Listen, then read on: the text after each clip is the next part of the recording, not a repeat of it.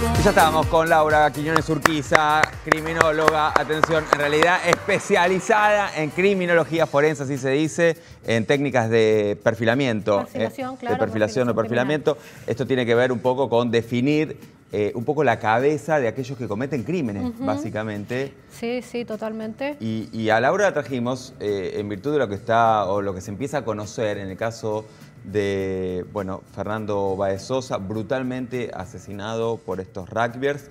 Y bueno, se empiezan a conocer un poco algunos detalles, fundamentalmente de ellos, algunos perfiles que nos vas a ayudar a comprender. Claro. En realidad lo que hace la criminología forense es analizar conductas, ¿sí? Ajá. Al contrario de lo que puede ser un psicólogo forense, que lo que valora es el discurso de alguien para entender si estaba o no en su sano juicio, si comprende la criminalidad del acto. A la persona que hace perfilación criminal, mucho de eso, digamos, no le importa, porque lo que le importa es la conducta, ¿sí? Al momento de cometer un ilícito o inmediatamente después. Lo que hizo, cómo lo hizo, por qué y para qué. ¿Y qué te dice? Ya vamos a ir a un tuit que vos escribiste en las últimas horas cuando se conocieron algunos detalles de mensajes telefónicos que se fueron enviando estos chicos luego de asesinar a Fernando.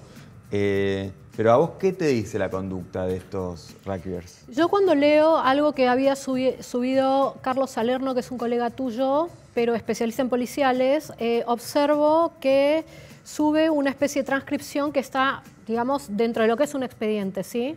La gente por ahí piensa que es un expediente. Un expediente es con lo que investiga un fiscal o un juez de instrucción, que obviamente se está basado en aquellas cosas que consideran pruebas fehacientes y que son irrebatibles, ¿sí? Y, digamos, no son... O sea, es como que en eso se va a basar una investigación, esa prueba de balas, digamos. Entonces, cuando yo observo esas transcripciones, lo que noto es un profundo desprecio al utilizar la palabra caducó.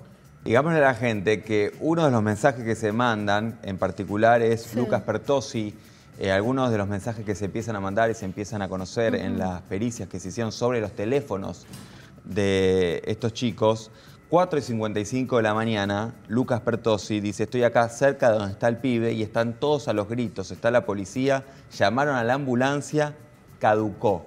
Caducó. El pibe. Él es lo que, claro, está hablando de Fernando. Claro. Este es el mensaje que le manda Lucas Pertossi al grupo de WhatsApp que se habían hecho con los compañeros de veraneo y bueno, que los que participaron en este brutal asesinato. A vos caducó te dice esto, un desprecio total y absoluto. Mi impresión es continuar o riéndonos de la palabra, ay, qué hijo de puta, caducó, jajaja. O sea, es continuar riéndonos, y esta es mi impresión, o continuar, digamos, de algún modo vanagloriándose de algo o despreciando el dolor del otro, ¿sí? Entonces, es una cuestión que más abajo, por ejemplo, aparece como de esto no se habla con nadie, es decir, que inmediatamente después... El pacto de silencio. Claro, y eso se da por la consecuencia, conocer la consecuencia de sus actos, ¿se entiende? Porque, o sea, ¿por que qué no para vos entregarse? eso marca que son imputables, porque para mí, conocen la criminalidad del acto, porque están diciendo de esto no se habla, es otro de los mensajes que se mandan por WhatsApp. O sea que para vos ahí no hay dudas de que ellos comprenden la criminalidad del acto, lo que es clave para determinar si son imputables o no. Exactamente. ¿Y esto por qué? Porque yo colaboro con fiscalías o juzgados en lo criminal y a mí me llegan muchas pruebas de los expedientes y muchas veces en lo que son ataques sexuales, los digamos, violadores, atacantes, cuando están atacando a las víctimas le dicen: no vayas a denunciar, no denuncies. A ver, ese no denuncies porque después te puede pasar esto, eso ya me está hablando que esta persona sabe lo que está haciendo. Claro. Comprende la criminalidad del acto, es decir, no está actuando por el aquí y ahora, sino que sabe que se puede proyectar, ¿se entiende? Y esto no pasaría si es una persona muy probablemente que no tenga conciencia de la realidad. Vamos a poner tu tweet, en realidad es una serie de tweets, Laura, que hoy publicaste en las redes sociales, que me parece muy interesante y que son realmente llamativos, por lo menos para cualquiera. Ahí está, bueno, caducó, así se refirió a la muerte de Fernando como si fuera un producto, una cosa vencida, para descartar. Empatía cero, conciencia de la criminalidad del acto. Chicos, no se cuenta nada de esto a nadie. Remordimiento, algunos se entregó o confesó, muy Charlie Manson, decís. Lo cual es bastante perturbador, porque si uno, bueno, conoce un poquito de Manson, es alguien que nunca se arrepintió de los crímenes que él no perpetró, pero que él sí ordenó. Claro, que manipulaba. Hablamos de un asesino serial de los Estados Unidos. No llegó a ser un asesino en serie, esa es la particularidad y la gran peligrosidad de Manson. Incluso él estando preso, lo que hizo fue captar gente a través de internet y un grupo que se llamaba Aire, Agua y Animales, ¿sí? Un grupo proecológico. Sí. Es decir, que había él... Salvando las diferencias. Pero cometió múltiples homicidios. No, él no los cometió, bueno, él instigó, instigó a cometer, pero bueno, ¿quiénes? Solo mató, entre comillas, solo mató a un Pantera Negra muchísimos años antes, sí. Y que es por lo que él estuvo preso en un principio, ¿sí? Está bien, pero él ordenó ejecutar a varias personas. Exactamente. ¿Y por qué hiciste la vinculación con Manson? Porque me parece que esta cuestión de dar órdenes más allá de permitir que alguno se arrepienta, ¿se entiende esto? Me pareció súper poderoso porque a mí me llama mucho la atención que ninguna de estas 10 personas, al menos por lo que ha trascendido, se quiebre o que realmente sienta la culpa. Porque yo puedo, dentro de lo que son las dinámicas grupales, y esto fue estudiado por Solomon Asch, que es lo que yo cito en un artículo, en una nota, o una columna de opinión que salió en La Nación, ¿sí? Sí. Ahí yo cito el experimento de Solomon Asch, donde Solomon Asch lo que hace es comprobar que muchas veces los sujetos se ven, digamos, ante, entre comillas, la presión de un grupo, se ven como obligados, se sienten obligados voluntariamente y dentro de la lucidez y conciencia total de lo que están haciendo a, por ejemplo, decir cosas que dice el grupo, más allá de que ellos, sí, pero eso es durante la dinámica grupal. Cuando esta dinámica se rompe, es ahí donde la persona puede decir, no, no era tan así. Es decir, bueno, pero esta dinámica evidentemente no se rompió. Este ataque en manada, esto que se decía, ¿no? Esta cosa de pertenecer al grupo. Hoy por hoy, pero a lo que yo me refiero es el conformismo y la cosificación que pueden llegar a tener este tipo de grupos. ¿Por qué? Porque el hecho de matar a alguien, el hecho de matarlo, filmar, digamos, ovacionar, cualquier tipo de ataque ante personas que no conoces, no te han hecho nada, pero para el grupo son vistos como enemigos, ¿se entiende? Es una cuestión que está relacionada a ese tipo de grupos violentos y antisociales. O sea, no tiene nada que ver con que hayan sido obligados. No, acá es una cuestión de opción. Yo no dejaba de pensar, ¿no? Me acordaba de cuando yo era más joven, tenía su edad, qué hubiera hecho yo en una situación de pelea grupal, donde, bueno, uno suele salir y acompañar a un amigo que la está pasando mal y demás, pero en ningún momento se me hubiera ocurrido sostener ese nivel de violencia y demás. Seguramente lo que yo hubiera hecho es detener a quienes están peleando, separar. Claro. No me entra en la cabeza. O sea, yo también pensaba, digo, bueno, ¿cómo es que ninguno de estos pibes, a ninguno se les ocurrió decir, che, loco, pará, es una locura? ¿Cómo nadie frena? ¿Qué pasa por la cabeza de alguien que no puede ni siquiera frenar a un amigo que ve que está matando a otro? ¿Cómo es posible? Porque el otro es visto como algo inferior. O sea, a ver, a mí me da la impresión que sienten que no, o piensan que no han matado a un ser humano, sino que han matado a un negro, ¿entendés? Y ese mismo distanciamiento emocional, esa misma determinación respecto al desprecio a otro, que es visto como inferior, es lo que a ellos, y esto lo digo yo en Twitter, es que sinceramente es lo que hace que puedan llevarse puesto también a otro chico que no tiene nada que ver en ese caso. Es Ventura. O sea, la lógica que se aplica para Fernando es la que aplica es la misma para otro que también es visto como algo inferior dentro del grupo. Ese es el tema de que a ver, que implican este tipo de hermandades, el colocar a alguien como un enemigo en común o un grupo etario como un enemigo en común, y esto lo ves mucho en las pandillas, que pelean por territorialidad. Y el tema de las filmaciones, mira, yo hace una semana lo comenté a dos amigos y colegas, Verónica Lozano y Paulo Cablan. Les dije que probablemente en las pericias vayan a encontrar material previo, digamos, grabaciones de ataques y hostigamientos previos. Efectivamente, que esto es así. fue lo que pasó. Sí. Porque este tipo de grupos, digamos, no es que se inauguran por lo general con este tipo de conducta, sino que van increyendo. Y las filmaciones son trofeos, y el subirlos a las redes sociales demuestra su poderío, su territorialidad dentro de algún lugar, es decir, que quién manda en este lugar. Y aparte, y lo que es más grave, intimidan a otro aquello que quiera imponerse. Y es el regodeo, esto que si se mataron por placer, esto que señala, el trofeo digamos, es eso. La fiscal de la causa. Exactamente, digamos, para nosotros en lo que es criminología forense o técnica de perfilación criminal, el hecho de quedarte con trofeos habla del placer, ¿sí? Y conservar de algún modo ese tipo de placer. Por ejemplo, en algunos homicidios pueden ser piezas anatómicas, mechones de pelo, en ataques sexuales, prendas íntimas de la víctima, ¿se entiende? Filmaciones del ataque. Todos esos son trofeos, y lo que un trofeo te da es una satisfacción emocional, ¿sí? Recordemos que, bueno, hay que esperar el juicio, la sentencia y demás. Si esto prospera, terminarán en la cárcel. Bueno, en el caso se habla de perpetua. De todas maneras, en algún momento, intuyo, van a salir, porque acá no hay prisión de por vida, en principio, claro. Constitucionalmente. Esto de algún modo se recupera. Supongamos que hablemos de otras personas que puedan, digamos, tener ese mismo perfil, ese mismo rasgo, ¿no? Que no hayan llegado a cometer un hecho tan grave, pero digamos que hay que prevenir que no lo cometan. ¿Esto se puede de alguna manera sanar?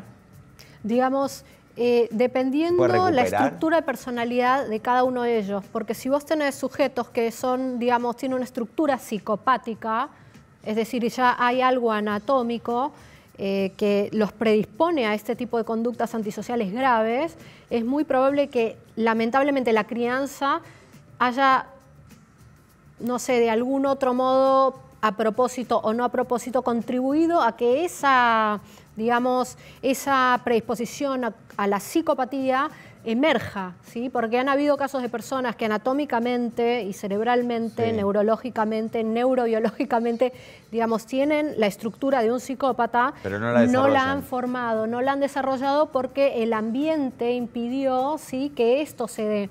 Pero, bueno, de hecho hay primos.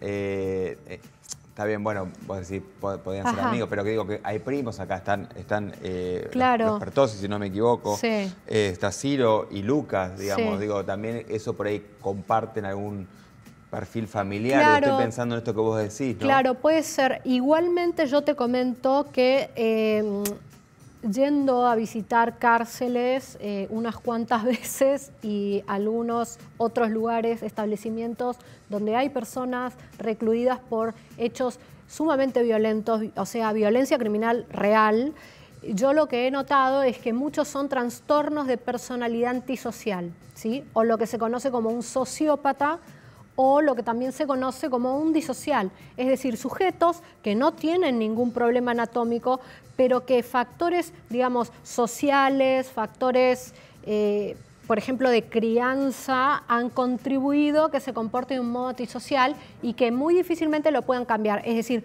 pueden llegar a tener, bajo una terapéutica muy especializada, un cambio, ¿sí? Un control, un autocontrol, un control también de la impulsividad, ¿sí? Y poder colocarse en el lugar de otras personas, del dolor de otros, ¿sí? Bueno, conectarse. algo que con ellos evidentemente no pasó. Hasta ahora lo que hemos Y otro dato, sabido... yo no sé si ha ocurrido en el último tiempo, pero apenas ocurrió, no hubo ningún llamado de ninguno de los familiares de los imputados por la muerte de Fernando con los padres de Fernando. Algo que también hubiera sido todo un gesto de humanidad.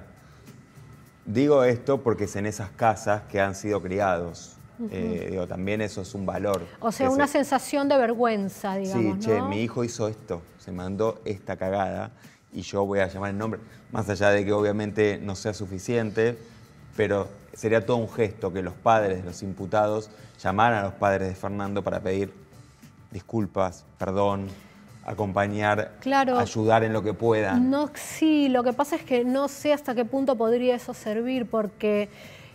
No digo que sirva, pero creo que claro, hablaría de un valor que evidentemente en esa casa no se tiene. De sentir vergüenza, ¿no? Sí. De sentir vergüenza, pero no sé, obviamente o sea, yo tendría que optar en ese momento por dos cosas. O siento vergüenza y me pongo en el lugar de esos padres y renuncio a ayudar a mi hijo que yo sé que viene ya con conductas de este estilo, que yo no pude parar en su momento. Porque a veces uno puede tener un hijo y criarlo muy bien, ¿sí? Pero hay factores como la adolescencia, donde el grupo de pares sustituye a los padres y no importa si vos lo criaste bien, el pibe se te pierde con drogas, con amigos antisociales, porque el tema de lo delictivo está muy relacionado a, digamos, al grupo de pertenencia donde uno está. Si el grupo de pertenencia donde uno está, ¿sí?, aprueba esas conductas, entonces uno no tiene ningún problema para ejecutarlas y unirse a ese tipo de hechos. Y eso lo ves mucho en delitos de cuello blanco que están relacionados con el desfalco o lo que se llama como corrupción, ¿no? Que donde no falló ni la educación ni hay falta de hambre, sino es el grupo. En este contexto me das pie para preguntarte por el rugby. No puedo no preguntarte por el rugby porque, bueno, digamos, suelen participar de situaciones muy violentas, jóvenes que practican este deporte. Cuerpo a cuerpo, ¿Esto es casualidad? En la columna o nota que hice este fin de semana para Diario Perfil, yo consulté a un antropólogo que para mí es un genio, Fabián Quintero, que es antropólogo penitenciario y aparte es criminólogo. Él lo que me decía es que muchas veces cuando hay este tipo de grupos deportivos donde se valora el soportar el dolor, el cuerpo a cuerpo, el que no soporta el dolor es visto como despreciable, ¿sí? Y muchas veces esto está, digamos, llega a un límite donde es la competencia el grupo, pero no va más allá. Pero a veces toma un lado perverso. Y creo que este podría llegar a ser ese, donde esta unión, este cuerpo a cuerpo, se exige en personas que no tienen nada que ver. Es decir, es llevar ese, digamos, de competencia, ay, yo soy mejor que vos y todo eso, sino llevarlo a la violencia y al castigo de otro que no puede soportar ese dolor que vos sí soportás y vos valorás como si fuese algo, wow, sí, superior, ¿no? Pero en ese contexto yo diría, bueno, mano a mano, acá lo que hubo fue un ataque en manada. Eso de alguna manera atenta, digamos, contra esa idea de, bueno, yo soy más fuerte que vos. Es que por eso pueden llegar a tomar un lado perverso. Incluso cualquier persona, a ver, que practique karate, uno va y practica karate, algún arte marcial que sabemos que te da otro tipo de habilidades, que están mucho más relacionadas con la defensa personal, pero otra cosa es que vos eso lo utilices para neutralizar a una persona y hacerle daño, ¿sí? Ese es el lado perverso al cual me estoy refiriendo. Claro. Bueno, que hay que tener plena capacidad de discernimiento a la hora de practicar este tipo de deporte y saber cuándo sí, dónde sí, en qué condiciones y cuándo no. Y no siempre el cuerpo sano significa mente sana. Claro. Esto, digamos, para mí es una de las pruebas, ¿no? Fehacientes. Lo que no habla de alguien que es inimputable, más bien lo contrario. Pero bueno, es mi impresión, evidentemente, bueno, esto también será parte de la investigación. Por lo pronto llama la atención que ninguno se quiebre. Esto que suele ocurrir con el tiempo, ninguno se quiebra. Sí, a mí realmente pensé que alguno podría llegar a quebrarse. O sea, mi esperanza era que uno diga, yo no aguanto esto que estamos haciendo. O sea, esto que hicimos está mal. Y yo no puedo vivir con este peso, porque la culpa es un peso, el remordimiento es un peso, que es muy distinto al arrepentimiento. A ver, el arrepentimiento, muchos de los presos donde yo he ido me dicen, sí, estoy arrepentido, pero no se arrepintieron, digamos, de la sucesión de actos previos, de ninguna de esa sucesión de actos previos que los llevaron a la cárcel, pero por un último hecho que lo llevó a la cárcel, en los anteriores, que incluso eran peores, no hubo arrepentimiento. Entonces el arrepentimiento, a mi entender, es algo muy egoísta, ¿sí? Es como cuando yo, por ejemplo, me voy y me compro un par de zapatos que no era el número o el color que realmente necesitaba. Entonces me arrepiento y digo, bueno, no. O sea, hay algo que no me dejó de beneficiar a mí, ¿sí? Eso es arrepentimiento. El remordimiento es otra cosa, es conectarse con el dolor del otro, ¿sí? Permitirse eso. Y muchas veces cuando a mí me ha pasado que he escuchado un auténtico remordimiento de estos sujetos que he entrevistado, vos te das cuenta que esos sujetos sí pueden tener un buen pronóstico, ¿sí? A nivel penitenciario, claro, y de resocialización, porque eso te demuestra que pueden conectarse con el dolor y pueden experimentar lo que es la empatía. Entonces sí pueden llegar a una socialización. O sea, no parece el caso. Y muchos de ellos son personas con trastorno antisocial de personalidad o personalidades impulsivas, ¿sí? E incluso violentas. Laura, muchísimas gracias por haber venido. La verdad que te hemos llamado así, has venido de urgencia. Si la gente que está del otro lado te quiere leer, seguir y demás, es muy interesante hacerlo, así que invitamos a hacerlo. ¿Cómo hacen? Bueno, tengo un Instagram que se llama Criminal Profile, donde es muy educativo, digamos, subo fotografías de cuestiones que tienen que ver con el trabajo en criminología, en todo lo que tiene que ver con lesionología y perfiles criminales. Y bueno, en la cuenta de Twitter que es @QuinonesUrquiza. Excelente. Lau, muchísimas gracias. No, a vos. Hacemos una pausa breve, no se vayan, hasta las 7 vamos.